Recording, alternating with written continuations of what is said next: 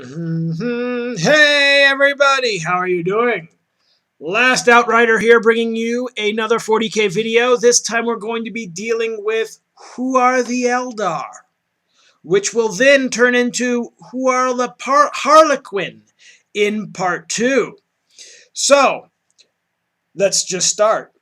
The Art of Death, the Fall of the Eldar. Millennia have passed since the ancient Eldar fell into shadow. Yet still, the memory of their glory burns bright. Like the stars in the sky, they shone, illuminating the endless void. Theirs was the power to create, and also to destroy, for they held the secrets of the universe in their hands. Yet, with unchecked power came monstrous pride. The cessation of toil raised the specter of ennui, alongside the endless freedom to explore the slightest whim. Curiosity became obsession, then excess and decadence, until eventually a rot took root in the soul of the Eldar race. In their arrogance, the ancient Eldar abandoned their gods, turning their backs upon the morals and codes that guided their civilization. Divested from their ancient pantheon, many Eldar declared themselves to be divine. Pleasure cults spread through the Eldar realms, each more twisted and perverse than the last. Against the lurid glare of now, the glories of old were spat upon as pale, unworthy things. In the face of this wanton madness, the old gods could do nothing. Bloody-handed Cain raged. Val the smith turned his back, while Mother Isha wept oceans of tears. Even Yesurmian, the creator, looked on powerless. Only Kagorach seemed uncaring, for he merely laughed. This plunge into depravity would prove the downfall of the ancient Eldar. So twisted had their race become, so lost to hedonism and corruption, that a new god was birthed in the warp in their image.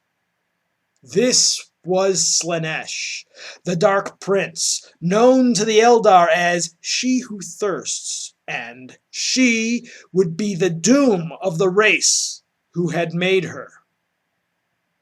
3 fragments of the Eldar race escaped before the cataclysm occurred. First to flee were the Exodites. Deaf to the mockery of their perverted kin, they eschewed the trappings of power that they might save their very souls. Next went those who would become the Dark Eldar. Unrepentant, yet wary, they committed their darkest excesses in the labyrinth dimension of the webway, and were thus protected when Slaanesh was born. Last to escape were the craft-willed Eldar, fashioning great interstellar arcs to bear them to safety. They fled into the void and a denial of all they had become. At the instant of her birth, Slaanesh opened wide her yawning maw, rending reality itself as she gave vent to a scream of unimaginable power. All but a fraction of the ancient Eldar were killed in that moment, their souls blasted from their bodies and greedily devoured. As the Eldar fell, so too did their ancestral gods, consumed by She Who Thirsts. All Eldar know the tale of the fall, yet not all know that when Eldar fled their doom, they took with them the seeds of Kagorrath's vengeance. These individuals, the worshippers of the laughing god, would find bloody purpose in the years to come. Boom. So that, my friends, is a concise history of the Eldar and the fall. Most notable in there is that it finally tells people what exactly happened to the Eldar pantheon of gods. They are gone.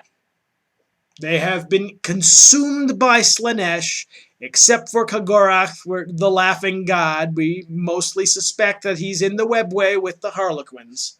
If that could save the Dark Eldar, then that could save Kagorach, we're guessing. So, until next time, bye.